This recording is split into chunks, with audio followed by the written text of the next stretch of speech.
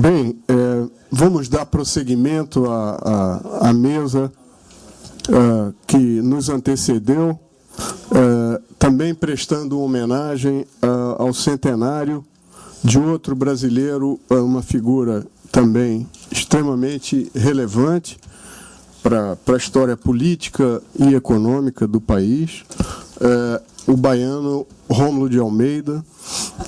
E nós temos aqui, para fazer essa homenagem, o Alexandre Freitas Barbosa, que é professor da USP e que vem já há um bom tempo trabalhando a obra de Rômulo, e está com um livro encaminhado sobre Rômulo de Almeida, e o professor Roberto Schmidt, que foi diretor-presidente do BNB, lugar que o Rômulo ocupou logo ainda, foi o primeiro presidente do BNB, saindo da assessoria econômica do Vargas, e que foi substituído nessa assessoria por Jesus Soares Pereira.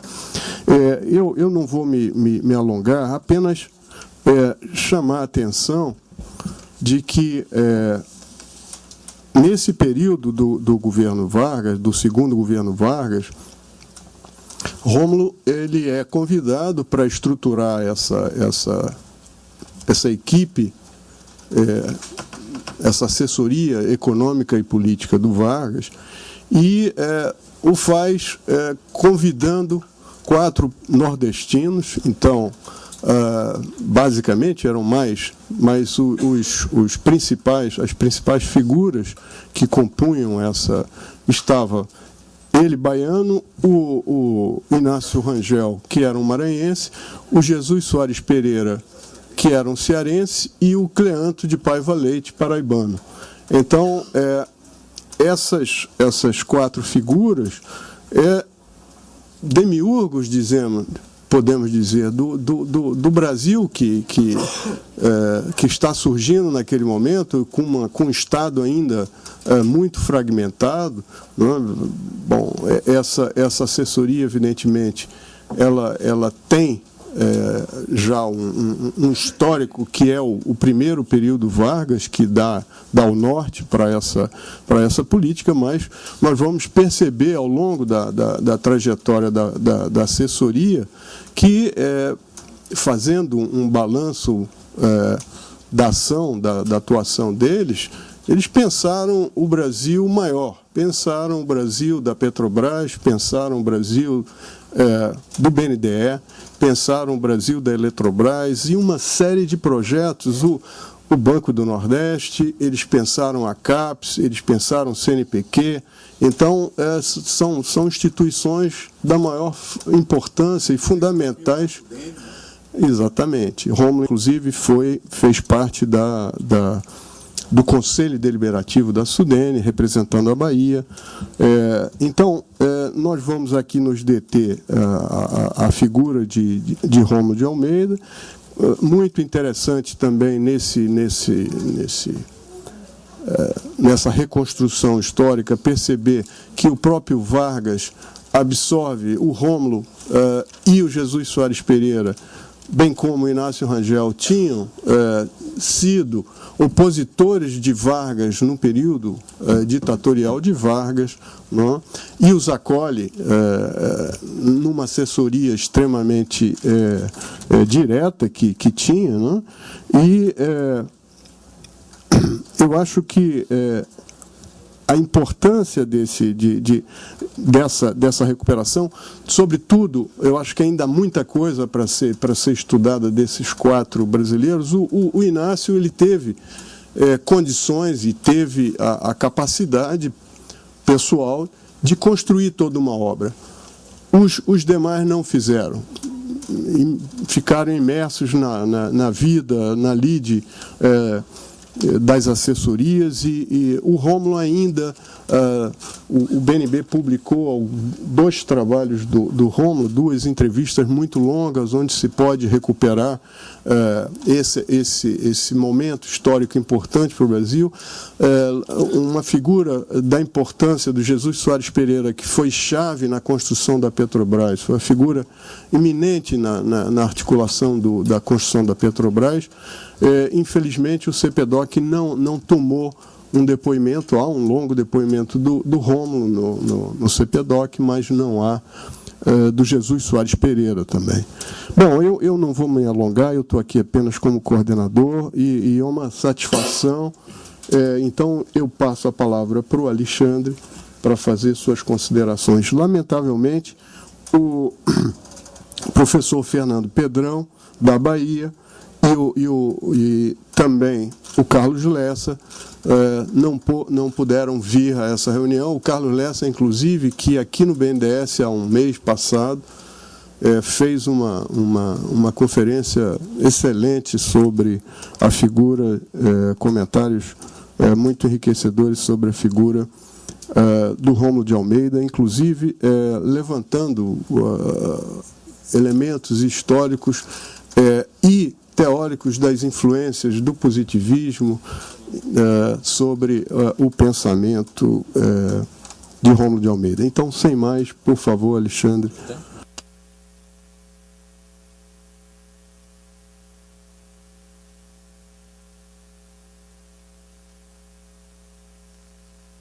Queria agradecer o convite do Centro Celso Furtado para estar aqui.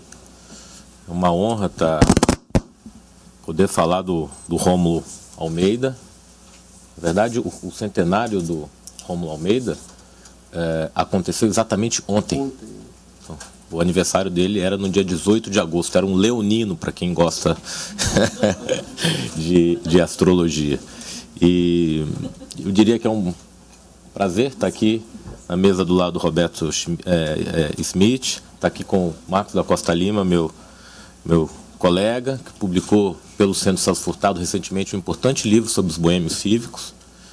E semana passada teve um evento sobre Celso Furtado em São Paulo, o qual eu não pude comparecer. O professor Gilberto Bercovitch está aqui. E aí eu acabei encontrando com a Rosa e falei desse evento. E eu falei, bom, o Fernando Pedrão e o Carlos Lessa falam para chuchu, né? Então eu chegar lá como pesquisador, vou me circunscrever os meus 5 minutos, fazer o trabalho que eu estou falando e tal.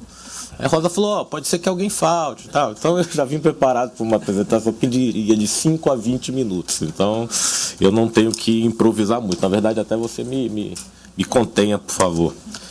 Eu sou professor do IEB, do Instituto de Estudos Brasileiros, da USP. Não é tão conhecido, mas é uma instituição já cinquentenária.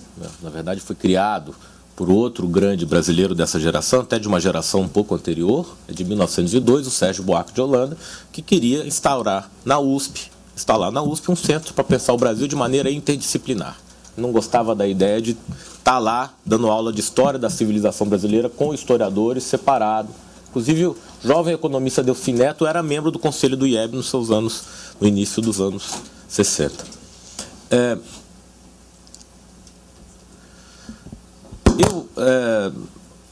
Eu acho que é importante falar, inclusive é interessante porque tanto o Fernando Pedrão quanto o Carlos Lessa foram talvez das primeiras pessoas que eu entrevistei sobre o Rômulo. Então eu vou aproveitar que eles não estão aqui e vou fazer referência a várias das coisas, que inclusive eu reli as entrevistas que eu fiz com ele, porque os dois trabalharam com o Rômulo, o Fernando Pedrão nas 2 gestões do Rômulo na Bahia, entre 55 e 57, depois de 59, e o Carlos Lessa, que vai trabalhar na empresa de consultoria do Rômulo. Então, obviamente que minha posição aqui é uma posição de um pesquisador de uma outra geração que tem um certo distanciamento histórico, né? Eu tenho uma das entrevistas, o Rômulo tem 3 entrevistas no CPDOC, uma delas só está em áudio. Uma vez eu fui lá, né, falando assim, deixa eu ouvir a voz do meu personagem, né, porque eu não conhecia a voz do meu personagem, né? A Conceição aqui, o Breve, conviveram com o Rangel. O Ricardo Bischoff conhece não o trabalho, que eu fico aumentando, então, querendo aperfeiçoar, mas ele sabe que eu sou aficionado pelo Rômulo. Um dia, andando na praia do Leme, não sei se você lembra, estava lá, encontrei o Ricardo de bermuda, chinelão e tal, era final de semana, e aí ele fala, e tal, como é que não sei o quê. Falou, olha aquele prédio ali. Eu falei, Rômulo morou ali. Eu falei, é mesmo? Aí ele começou a rir pra mim. Como quem fala, esse cara só pensa nisso, né? Então, apesar de eu não ter convivido pessoalmente com o Rômulo, de alguma forma o fiz, né? Obviamente que os afazeres da universidade acabam consumindo a gente vai postergando, né? Mas então eu acho que é importante falar dessa perspectiva, inclusive dizer que o que possibilitou eu dar início a essa pesquisa que eu estou hoje aprofundando foi uma bolsa do projeto Cátedras para o Desenvolvimento, do IPEA, junto com a CAPES, que um dos patronos era o Rômulo. Aliás, a CAPES, que é uma das filhas do Rômulo, por ironia da história, me permitiu que eu o estudasse nesse projeto que Rômulo Almeida e o Brasil Desenvolvimentista. Obviamente que essa pesquisa não tem o objetivo de resgatar o passado, né? Tão somente, né? Tem o objetivo de fazer, de alguma forma, alguma intervenção, alguma projeção sobre o futuro. O Sérgio Buarque de Holanda, lá no Visão do Paraíso, ele vai dizer, olha, o historiador não é um taumaturgo, aquele que fica revisitando, né, ou ressuscitando os fantasmas do passado. Na verdade, ele é um exorcista, que tem que, quase como exorcizar os demônios da história. Ou seja, as derrotas, os dilemas com os quais os nossos personagens se depararam. Nesse sentido, até eu lembro que vocês conhecem o professor Carlos Lessa, obviamente, né? Ele me recebeu muito gentilmente na sua casa no Cosme Velho e ficamos lá 3 horas, ele não queria me deixar sair de jeito nenhum. E aí, no meio da entrevista, ele começou a me acusar de entreguista, porque a sua geração é de um bando de entreguistas. E aí eu respondi a ele que, né, ao estudar o Rômulo Almeida, eu me via como um resultado dialético do processo histórico, ou seja, estava justamente querendo. E aí acho que ele me viu como um possível parceiro, interlocutor, né? Então ficamos, e aí até hoje eu fiquei o projeto foi se postergando, foi aumentando de tamanho, mas então eu acho que é isso. É importante, o que eu estou tentando estudar não é o Rômulo em si, mas é isso que a gente chama de desenvolvimentismo, essa discussão. Talvez aqui nós tenhamos aí, aqui nessa sala estão as pessoas que melhor conhecem esse debate. Eu fico, né? O professor Bresser, a professora Tânia Bacelar, o professor Pedro César Dutra Fonseca, o Ricardo Bischoff, que eu não vou começar a citar porque fica... mas estão as pessoas que discutem essa questão no Brasil. Então eu não posso discutir o Rômulo se eu não colocá-lo na sua geração, dos desenvolvimentistas nacionalistas do setor público, que é como o Ricardo chama, como um boêmio cívico, que era como o Getúlio chamava, porque ele olhava pela janela do catete, via o anexo onde eles trabalhavam. Tem até um depoimento, o Fernando Pedrão conta num depoimento dele, que eles iam, na verdade, era para o restaurante no Largo do Machado, ali perto, porque a sala não dava para eles se reunirem, de tão exprimida que era a sala onde os boêmios cívicos trabalhavam.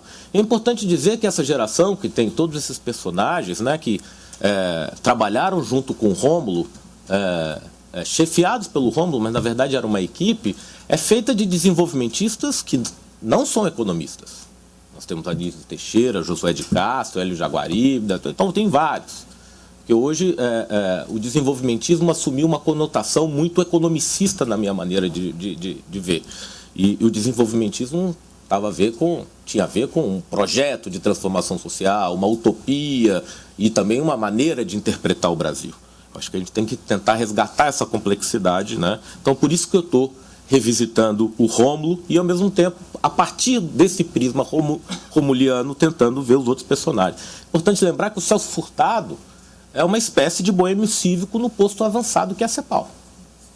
Né? No filme do Zé Mariani, o Bischoff, eu até tenho vontade de citar, que ele falou, Rômulo passa o bastão para o Celso. Esse conceito dá pano para manga, mas lanço ele aí. Quem foi o jovem Rômulo? muito rapidamente. É muito interessante, foi o professor Carlos Lessa que me indicou, olha, você tem que conhecer os positivistas, são todos eles herdeiros do positivismo. Eu consegui a íntegra do discurso, não me perguntem como, porque eu sou um pesquisador, não vou dizer como, a íntegra do discurso do Rômulo, de 1930, no ginásio Ipiranga, com 16 anos, se formando. É um Augusto Conte do início ao fim. É interessantíssimo.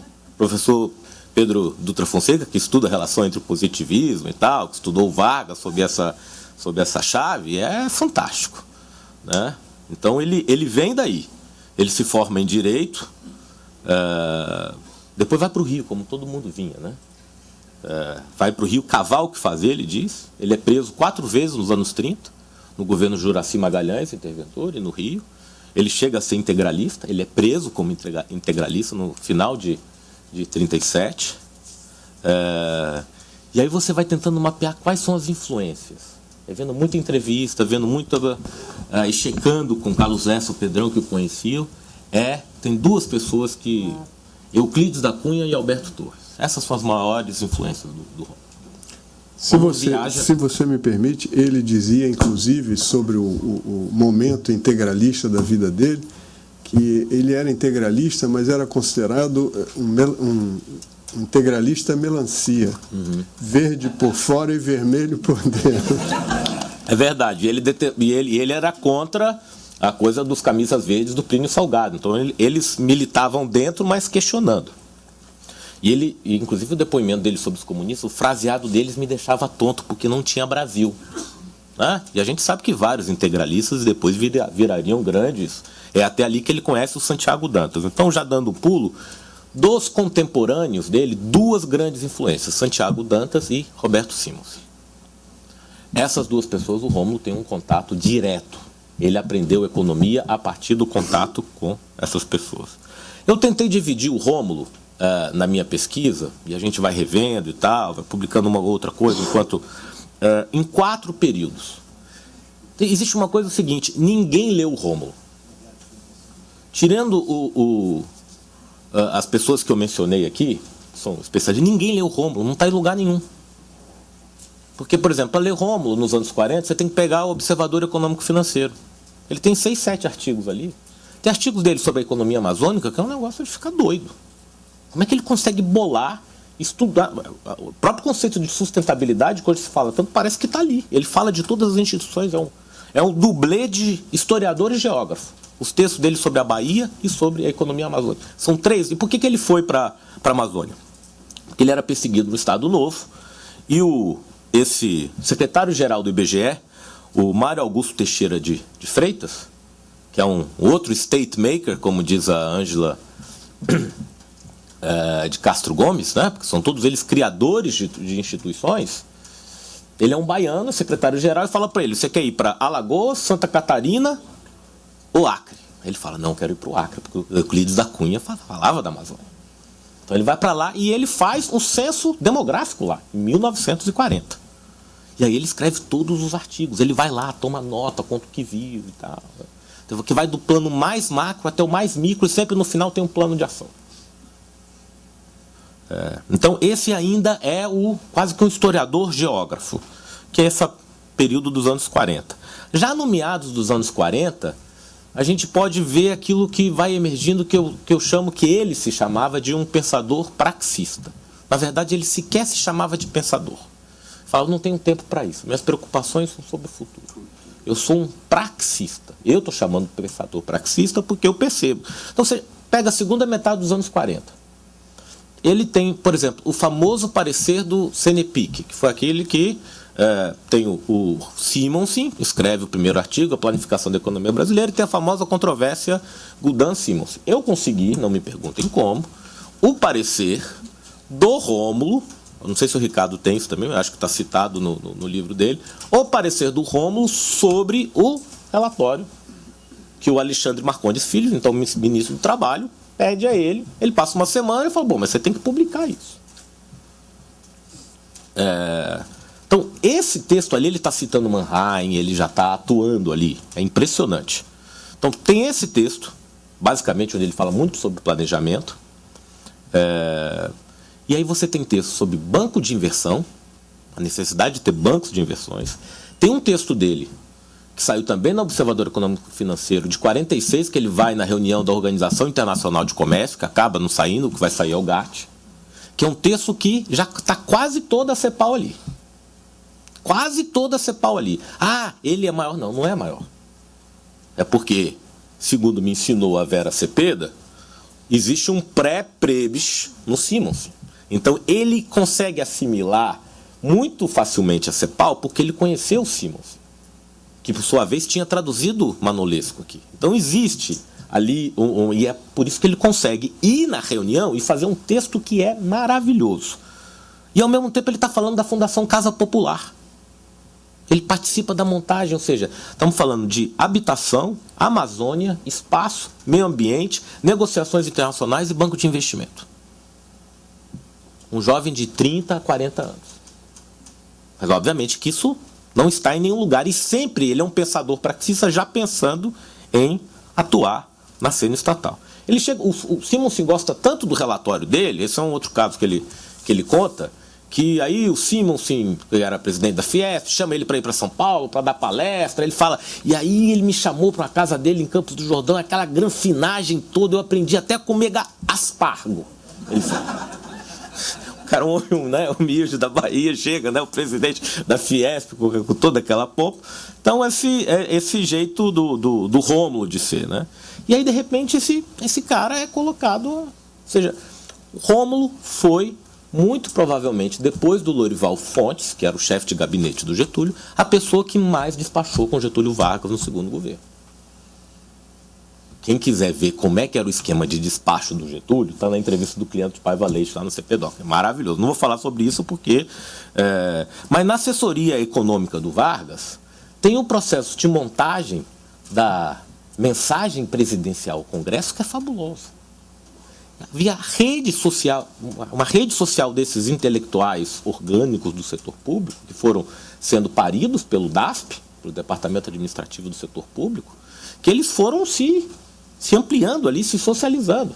Então ele recruta 50 pessoas. A equipe final da redação é ele, o Saldanha da Gama, o Rangel e o Soares Pereira. Porque eles vão tendo que reduzir o texto. Eles vão colocando em pastinhas, pasta jeca, que é G-E-K, não tem nada a ver com jeca tatu, não. Pasta jeca. Então eles iam lá, colocavam os relatórios que as pessoas apresentavam, e depois um fazia o resumo, aí depois outro fazia e tal, até chegar ao documento final.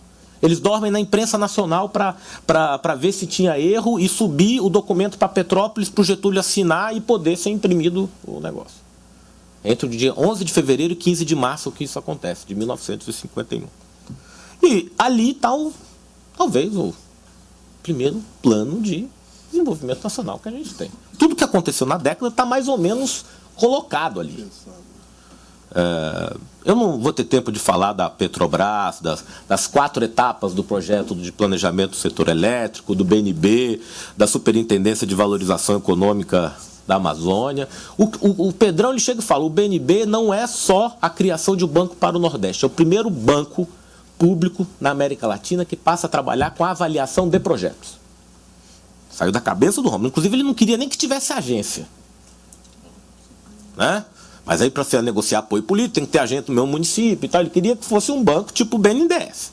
Né? Um banco que fosse capaz de multiplicar projetos de investimento. E é muito interessante como esses técnicos em fins, né? Que é como a Lourdes Sola os chama, a partir de um depoimento do Celso Furtado, o Celso Furtado interrompe ela e fala, tecnocratas não, nós éramos técnicos em fins. A gente discutia os meios e os fins do projeto de desenvolvimento. E ele faz a sua própria conspiração assessorial, como ele diz.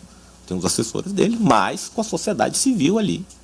Então havia um projeto que eles encarnavam. Ele vai replicar essa experiência na Bahia. Que não tinha nada que ver com aquele contexto político. Pasta rosa. São as pastas cor-de-rosa. Que, relendo a entrevista do Pedrão, ele diz que tinha acabado o papel, eles estavam montando lá, e tem as pastas rosas, e o Rômulo sempre escrevia com a caneta Montblanc dele. A caneta Montblanc, diz que nunca viu o Rômulo sem a caneta Montblanc. E o que é interessante é que ele está lá no Rio de Janeiro, mas ele tem 2 documentos de planejamento para o governo baiano, um de 46 e outro de 52, antes das passas cor-de-rosa e depois do Plandeb. Quem quiser ver, está no CPDOC. Tá? Então, a gente inclusive participou recentemente, eu e a professora Tânia, num evento bonito lá na Assembleia Legislativa de lançamento das passas cor-de-rosa, que a gente pode dizer que é a primeira iniciativa de planejamento integral realizado no âmbito estadual, com uma equipe multidisciplinar, fazendo um inventário de recursos do Estado, como ele gostava de falar, o Rômulo, né, fazendo, né? E em 46 ele já fala da necessidade de ter uma carta econômica da Bahia. É muito interessante, eu não vou entrar aí, a relação dele com Clemente Mariani, que é outro grande economista baiano da época, da UDN, também com trajetória política. O Rômulo é desses economistas do setor público, desenvolvimentistas, o único que tem trajetória política. Ele foi deputado federal pelo PTB, foi quase vice-governador e quase senador em 1978. Então ele tinha uma trajetória importante. Eu não vou poder aqui falar da trajetória dele no estado da Bahia, porque eu não vou ter tempo. Mas eu acho que dá para a gente dizer que tanto no Brasil quanto na Bahia ele iniciou um processo que se desenrolou de uma maneira diferente daquela que ele tinha projetado, o que é natural, porque você tem um conjunto de forças políticas, sociais e econômicas. Mas eu acho que dá para dizer que o projeto dele foi desvirtuado, ou pelo menos aquilo que esses pensadores chamavam de um desenvolvimento nacional autônomo, acabou virando um capitalismo bastante desigual. Né? Por mais que Rômulo sempre defendesse a Sudene, né, que surgiu do esforço do ETN, que já estava junto com o Banco do Nordeste que ele cria, mas mesmo assim ele fala mesmo desvirtuada do impacto positivo que a Sudene teria tido. E é muito interessante como a última fase da vida dele, essa terceira fase que eu estou falando dele no setor público, que eu chamo o planejamento, a execução na linha de frente e a reflexão na retaguarda. Foi a reflexão que ele fez antes que permitiu. Ou seja, ele pode não ter algo escrito, ainda que dê para publicar vários volumes de coisas que ele escreveu. Relatórios, documentos e textos até com certo tino acadêmico. Na última fase, que é a fase do golpe em diante, é importante dizer o seguinte: o Rômulo tem uma trajetória internacional. Ele foi secretário executivo da ALAU, Associação Latino-Americana de Livre Comércio, e foi comitê dos especialistas da OEA, que aprovava, ou pelo menos que dava, subsidiava a aprovação de projetos de financiamento no âmbito da Aliança do Progresso. Então eu tive a possibilidade de encontrar uma vez o Henrique Iglesias, não o cantor, né, o importante presidente do BID e depois da Secretaria-Geral Ibero-Americana. Quando eu perguntei, o senhor conhece um cidadão chamado Rômulo Almeida? Ele falou, claro que eu conheço. Esse foi um dos brasileiros mais integracionistas que eu conheci. Foi um dos brasileiros mais latino-americanistas. Algo que o Lessa também ressaltou. Mas o que é interessante é que ele volta dessa atividade externa, é poupado do exílio que Jesus, Soares Pereira e Celso Furtado vão, e aí ele monta a empresa dele, de consultoria, porque ele recusava a privatizar-se. E ele faz os projetos, os primeiros levantamentos, os projetos que seriam o polo de Camaçaria, etc. e tal. E, inclusive, chega e negocia nos bastidores um projeto que é dado para o seu inimigo, que é o Antônio Carlos Magalhães, que vai implementar tudo diferente do que ele havia pensado. Ou seja, e o Lessa fala, ele pensava do plano macro ao menor detalhe possível. A grande capacidade dele era de cristalizar as ideias e transformar em projetos. Então, talvez desses pensadores, entre aspas, talvez seja aquele que tenha dado menor contribuição teórica, mas a contribuição teórica que estava no ar, ele assimilava e transformava nessas instituições que está aí para a gente tentar fazer com que elas resgatem o espírito inicial, algo que talvez seja impossível, mas talvez que pelo menos a concepção, né, seja atualizada a partir dessa concepção romuliana. Eu queria falar um pouco sobre o Rômulo Almeida, a discussão de desenvolvimentismo hoje, mas meu tempo já acabou. Eu vou apenas ler para vocês, o pessoal já estendeu, é um pouco longo, mas eu acho que vale a pena a leitura. Esse é o depoimento do Jesus Soares Pereira sobre a demissão do Rômulo. Está no livro Petróleo, Energia Elétrica e Siderurgia, lá com uma entrevista do Jesus Soares Pereira ao Medeiros Lima. Essa é o relato do Jesus Soares Pereira sobre a demissão do Rômulo no governo Café Filho. O doutor Café Filho recebeu-nos de pé no ambiente que começava a se formar no catete por ocasião das primeiras recepções do novo chefe do governo.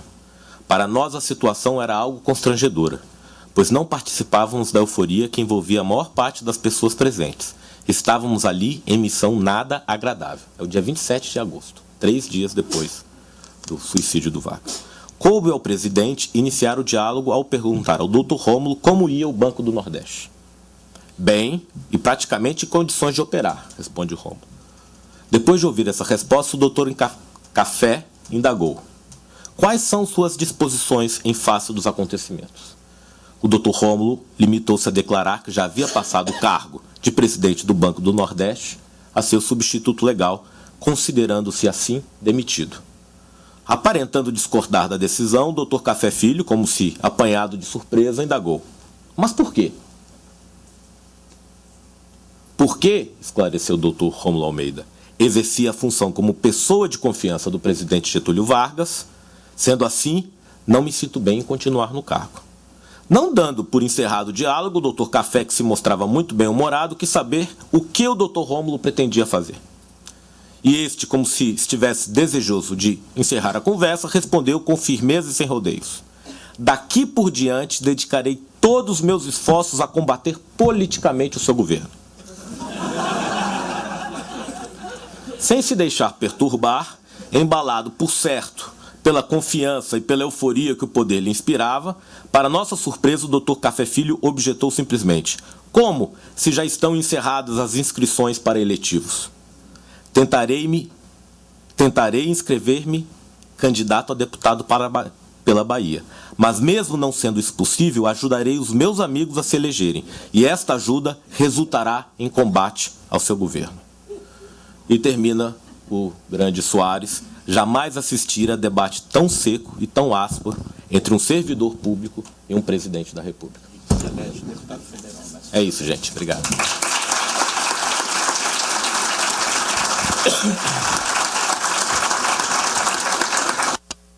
Como completou o doutor Roberto, ele se elege deputado federal pelo PTB, então. Obrigado, Alexandre. Eu acho que foi uma apresentação extremamente rica e muito bem-humorada, o que torna ela ainda mais agradável. Então, eu passo imediatamente a palavra para o professor Roberto Smith. Eu queria iniciar de praxe e agradecer o honroso convite do Centro Celso Furtado, ao Marcos, à Rosa, e dizer da honra que eu sinto de poder estar aqui também falando sobre essa figura que foi tão importante. Depois de ouvirmos, né, o seu engajamento na vida do Rômulo, eu não sei se você tem um documento, que isso aqui eu cascavilhei das coisas que eu pesquisei no Banco do Nordeste, que é a exoneração, a carta de pedido de exoneração. Aliás, a resposta à exoneração, que ele ocorre no dia 24 de junho, 2 meses antes da morte de Getúlio, exatamente, que é praticamente uma despedida de Getúlio, porque como ele havia assumido a direção do Banco Nordeste, ele é exonerado da assessoria. E essa carta é uma carta muito importante, eu acredito, porque ela mostra o teor da relação e o teor do envolvimento que ele tinha com Getúlio. Passo para você, é assinada por ele. Isso é uma cópia que eu...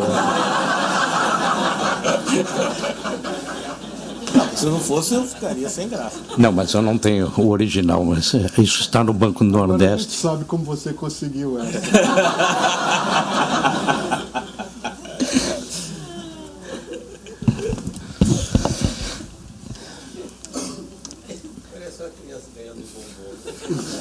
Exatamente, Jair. Eu acho muito importante a apresentação do Alexandre, porque ela conjuga muitas das coisas que, através de uma aproximação e também de uma pequena convivência pessoal com Rômulo, eu gostaria de trazer aqui aos senhores. As homenagens a Rômulo de Almeida, por ocasião do centenário do seu nascimento, fazem justiça a esse homem com espírito de estadista, que foi um coadjuvante decisivo no papel de semeador de instituições que vieram para ficar e projetar a nação. Tive a felicidade de conhecê-lo no início da década de 80, mais precisamente 83, quando era professor do curso de Economia CAEM, da Universidade Federal do Ceará, e Rômulo, em 2 ocasiões, veio ministrar cursos na área de economia brasileira para nós. Contrariamente ao espírito dos boêmios cívicos, tratamento carinhoso com que o presidente Vargas se referia à sua assessoria, coordenada por ele, após as aulas, nós nos tornávamos boêmios verdadeiros, acompanhados de merecidas cervejinhas que animavam nossas gostosas conversas de fim de expediente, geralmente sobre os caminhos e descaminhos do desenvolvimento regional, enquanto ao mesmo tempo expunhamos as nossas ansiedades em relação ao desejado fim dos anos de arbítrio. Os governos de Vargas assinalaram a presença do nacional-desenvolvimentismo e o intenso conflito decorrente dos choques nos campos políticos entre as concepções liberais e intervencionistas. Rômulo Almeida foi parte integrante dessa vivência intensa no segundo governo Vargas. Procuro assinalar que os aspectos importantes que trazem inflexões na trajetória histórica da nação não são demarcados pela prática liberal. Essa esteve na história, mas afeta a defesa de políticas adequadas, as forças econômicas ditadas de fora e que, de certa forma, afetavam a soberania nacional. Rememoro algumas lembranças que eram objeto de nossas conversas, onde nos fixávamos em alguns episódios que corroboravam para a consideração de que a nossa formação econômico-social em direção ao capitalismo se dera pela via estatal e não pelos caminhos trilhados pelas revoluções burguesas. Na época desse encontro com Rômulo, eu conhecia pouco da sua trajetória instituidora e do cargo que ocupou de primeiro presidente do Banco Nordeste. Essa instituição, o Banco Nordeste, não nos despertava atenção enquanto professores do CAEM, onde de mais a mais nós do CAEM não éramos bem recebidos devido a diferenças de pensamento e atitudes. Por essas esquinas do destino, e sem que fosse algo de meu querer, acabei sendo guindado a dirigir o Banco Nordeste 50 anos após Rômulo. Nessa ocasião, tomei contato mais detalhado com a odisseia que representou a concepção da criação do banco a partir da transformação da Lei Sarasate, aprovada ainda no fim do governo Dutra, e das dificuldades e vitórias que culminaram com a estabilidade dessa instituição de fomento, nem sempre nos moldes pensados por Rômulo Almeida. Os mesmos argumentos críticos da ótica regional, os mesmos problemas de combate ao clientelismo se somavam e ainda se somam aos ataques e maldições atribuídas aos bancos públicos.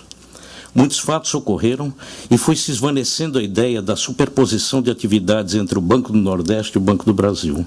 Um simples exemplo é esclarecedor.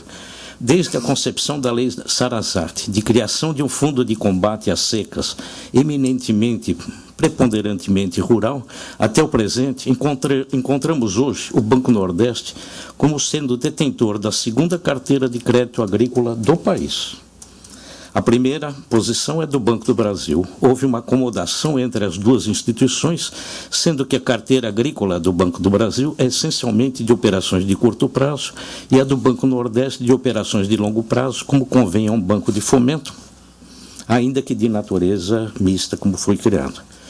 Mas o banco nunca veio operar decisivamente no segundo piso, através de operações indiretas de financiamento, envolvendo repasses a outras instituições, como era a concepção defendida por Rômulo, a que você fez referência. Revendo alguns episódios da história, podemos tocar nos seguintes pontos. O início da segunda metade do século XX, no governo Vargas eleito, é talvez um dos períodos mais fecundos da história do Brasil, porque é impregnado de uma contextualização e visão estratégicas do país. é comumente referido como o período do nacional-desenvolvimentismo forjado nos anos de exceção do Estado Novo de seu governo anterior. O pós-guerra e o posicionamento contrário à proposta liberal em que se transformara o governo Dutra traz de volta o governo Vargas, agora ungido pelas urnas, com um ideário nacionalista que envolvia um razoável teor de conciliação, na tentativa de apaziguar as forças conservadoras e, ao mesmo tempo, mobilizar e controlar os sindicalismos e o apoio popular das massas que emanava daí. Evidentemente, esse ideário fundado em bases nacionalistas, ele fora forjado internacionalmente na composição das forças que antecederam e levaram ao desencadeamento do conflito da Segunda Guerra. Seria responsável, por um lado, pela consolidação do Império Americano e, por outro lado, pelo fortalecimento da União Soviética, que iria dar continuidade à chamada Guerra Fria. O Estado varguista foi portador da estratégia de país no conflito internacional dos nacionalismos ideológicos, que eram permeados pelo conflito entre a presença do Estado na economia e as posições defendidas pelos liberais. Como governar naquele contexto? Esse foi o desafio que Vargas enfrentaria. A recuperação da Europa arrasada, a experiência do Tennessee Valley Authority, desde o New Deal, o planejamento soviético, etc., colocaram na ordem do dia a estruturação das concepções de recuperação e desenvolvimento nacional.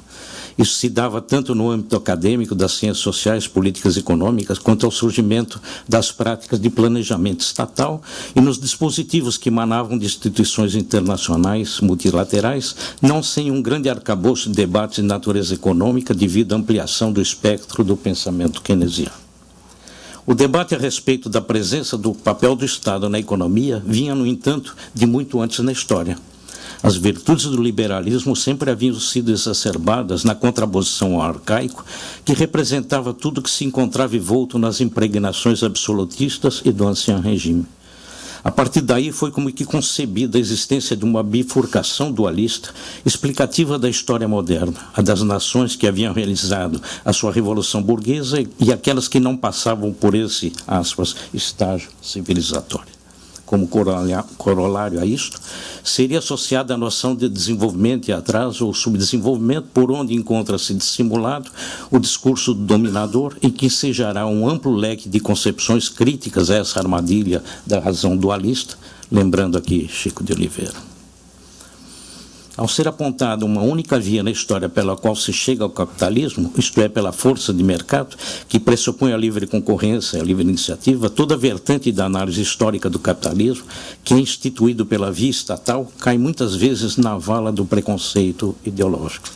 Percebam que na criação dos BRICS, esse também é um fato interessante que praticamente une os 5 países do seu passado histórico, de uma construção de um capitalismo que chega pela via estatal.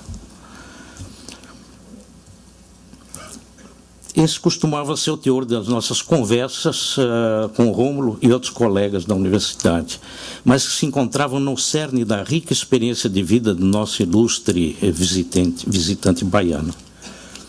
Mas as nossas conversas, além da temática do entendimento da necessária integração agricultura-indústria, sobre a qual ele se detém bastante e que empatava com as nossas discussões internas, recaíam sobre Vargas. Entendíamos que fora Vargas e seu grupo político que trouxera as bases do ideário positivista vindo dos Pampas e que seria responsável por estruturar a concepção do Estado e da sua institucionalidade e tentativa de impor a sua racionalidade.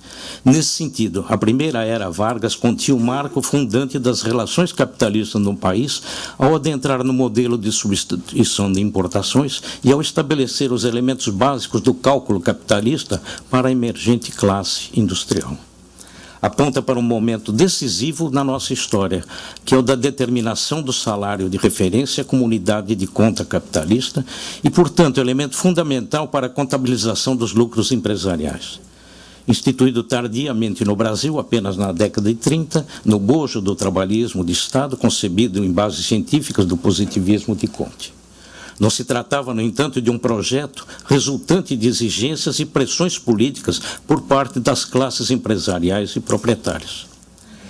Depois, Essas discussões elas influenciaram muito a construção da minha tese de doutorado.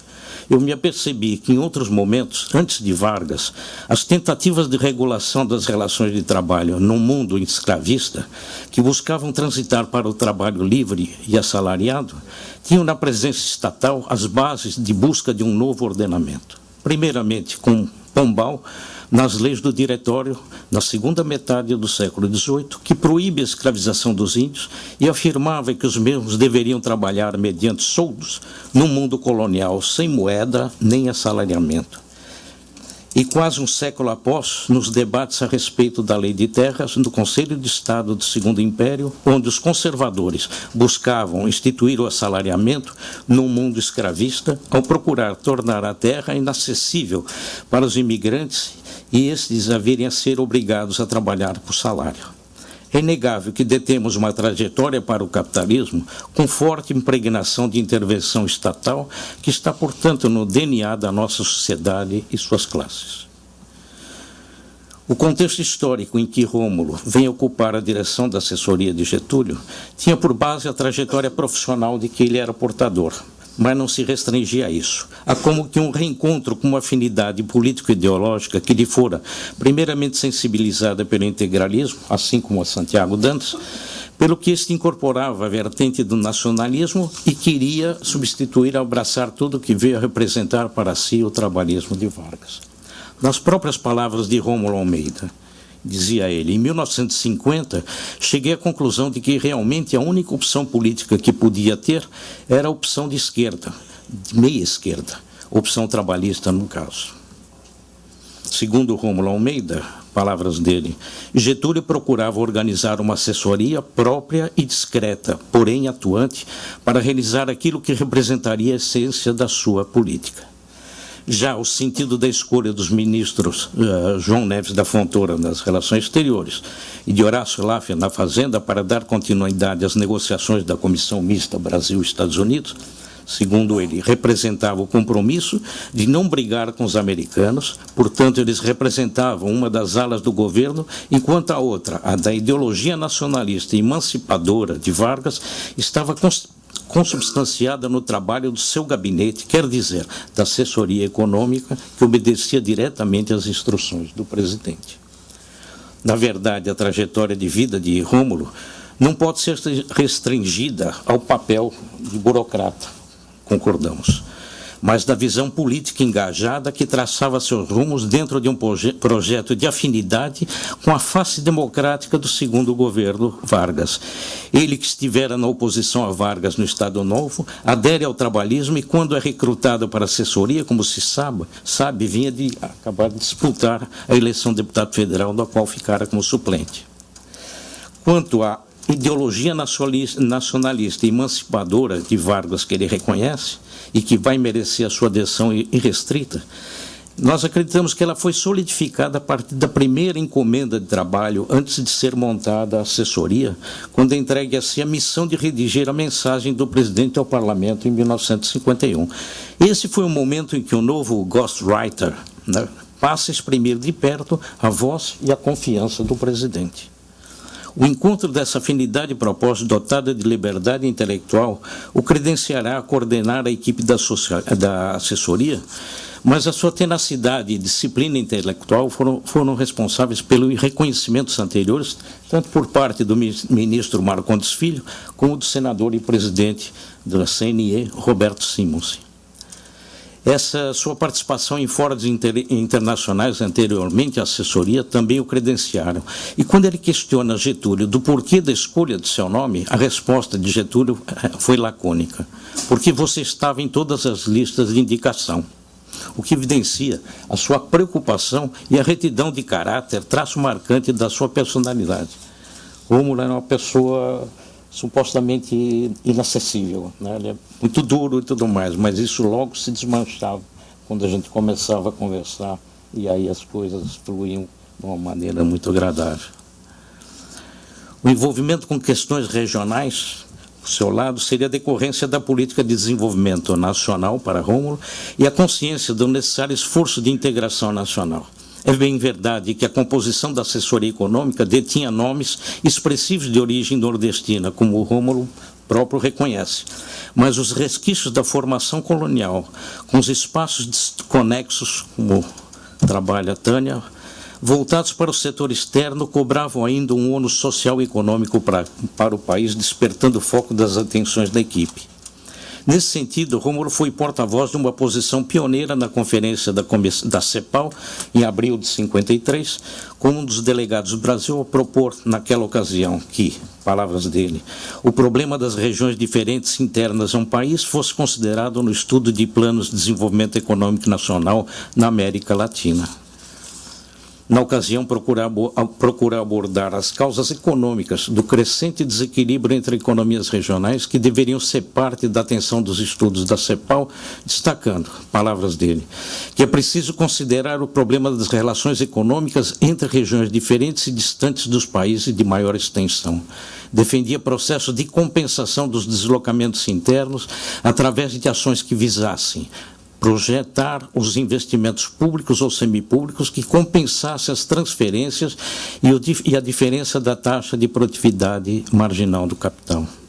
No caso do Brasil, apontou como razão desses deslocamentos mais sensíveis as consequências da unidade cambial, da tendência à concentração da atividade industrial, do próprio sistema fiscal e ainda das migrações que eram resultantes de fatores anteriores e da alta taxa de natalidade existente naquela época, com baixo padrão de vida nessas regiões. Sintetiza, assim, o seu pensamento daquilo que vai referenciar todo o tratamento econômico pelo qual ele tenta fugir na análise regional do Nordeste a propalada questão das secas. Ele vai dizer, essa descapitalização que se patenteia num balanço comercial, caracterizado por grande saldo nas trocas com o exterior e grande déficit no intercâmbio interno nacional. Ou seja, o movimento de substituição de importações fazia com que o Nordeste mantivesse saldo positivo na sua balança de pagamentos, gerando divisas para importar equipamentos e, na verdade, na ausência de um mercado interno, comprar os bens do Sudeste a preços mais elevados. Isso que vai estar presente no documento do GTDN de 1959, que vai ser referenciado como o processo da triangulação das trocas, né, e que vai dar um amplo debate, né, prós e contra e tudo mais que a gente vai assistir. Eu não quero me estender muito, porque eu acho que tudo isso aqui, quer dizer, mostra que existe uma unidade, né, da forma como nós estamos referenciando, né, a questão, e como ele chega na questão regional, né, e nos problemas da maior concentração econômica no Sudeste, como decorrente da maior densidade de mercado interno e de economias externas de produção, que faziam com que os reinvestimentos se concentrassem na região e mesmo atraísse investimentos em certos momentos do próprio Nordeste. O que eu acho só interessante aqui, porque quando eu assumi o Banco Nordeste, eu me inteirei mais, né? Eu fui buscar os documentos para conhecer um pouco mais a história do Banco Nordeste e ver como vai se estruturar muito rapidamente o Banco Nordeste. Na verdade, a lei que cria o Banco Nordeste, ela é datada de um mês após a criação do BNDE, né? O Banco Nordeste é criado no dia 19 de julho de 1952 e o BNDE é criado em 20 de junho. O BNB é em 19 de julho e o BNDE é criado no dia 20 de junho, um mês antes, exatamente. Então, como eu me referi, eles conseguem fazer uma transposição da Lei Sarasate, né, que tinha um parágrafo primeiro que dotava um fundo de amparo às populações atingidas pela seca da ordem de 1% da reserva constitucional da arrecadação tributária, E na exposição de motivos que a assessoria encaminha para o ministro Horácio Laffer, eles propõem essa transposição desse fundo para um banco a ser criado, que seria o Banco Nordeste. É muito interessante porque, com a chegada dessa exposição de motivos em 25 de abril, em 5 dias depois, Getúlio Vargas despacha, desaprovo e sugiro e julgo que merece ser estudada a proposta. Menos de 3 meses após, em 4 de julho, o ministro Horácio Laffer encaminha ao presidente da República o projeto de lei de criação do Banco Nordeste e, através de uma mensagem de 23 de outubro de 51, é encaminhada a mensagem ao Congresso Nacional, tudo isso elaborado, quer dizer, já estava na agulha para ser despachado pela assessoria. Na verdade, os motivos que constavam, né, dessa mensagem que foi elaborada pela assessoria, entre outros, né, mostrando que, além de defender o banco, além de defender a região do problema das secas, o objetivo era integrá-lo na economia moderna, buscando superação de métodos tradicionais. Também aqui a questão da expectativa que a Chesf viesse a operar, o que ia desenvolver, não se tinha energia no Nordeste, né? E reiterava todos aqueles aspectos da compensação econômica, né, todo um argumento econômico que ele havia desenvolvido. Afirmava ainda que era preciso a criação de um banco, no sentido de que pudesse dotar o Nordeste dos mecanismos de crédito, operar com custos bancários menores, uma vez que se previa justamente, era um banco com poucas agências, um banco que teria no início um grande apoio do Banco do Brasil e que não teria custos operacionais elevados na medida que ele deveria operar no segundo piso, mas dotado de toda uma equipe de análise de projetos. Isso iria garantir a aplicação dos recursos e também objetivar aquilo que o Banco do Brasil não tinha realmente experiência enquanto banco de investimento e de seguro agrário. Em 19 de julho de 52 é aprovada a lei da criação do banco. Aí, em abril de 53, é formada a comissão incorporadora, que vai ser composta pelo Rômulo, por Cleanto Pavalente, que era diretor do BNDE, e de Francisco Vieira de Alencar, que era superintendente do Banco Brasil.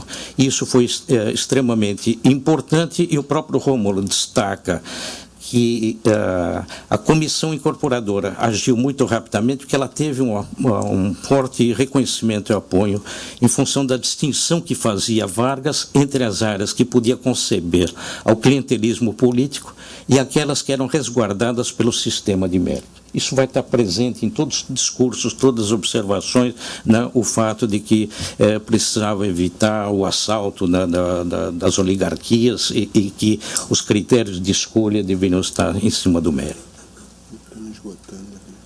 Eu vou sair. Bem, na verdade, quando Rômulo assume, já estava em plena montagem, liderado por ele, o Plano Federal para o Nordeste, que também estava dentro dessa característica operacional dele de fazer as pastinhas, né, pedir todas as coisas para... Né, quando realmente é surpreendido com a morte de Getúlio Vargas e incontinente, ele pede a sua demissão, cujo relato aqui é bastante importante. Eu queria terminar dizendo que Rômulo, em toda a sua vida pública, ele foi um obstinado e engajado defensor do desenvolvimento nacional, da relevância da presença do Estado na economia e de seus pontos de vista a respeito da questão regional nordestina, que o acompanharam até seus últimos dias e que prosseguem no legado que nos deixou e das boas lembranças que cultivamos nesse contato que foi tão rápido, mas tão importante na nossa trajetória profissional. Muito obrigado.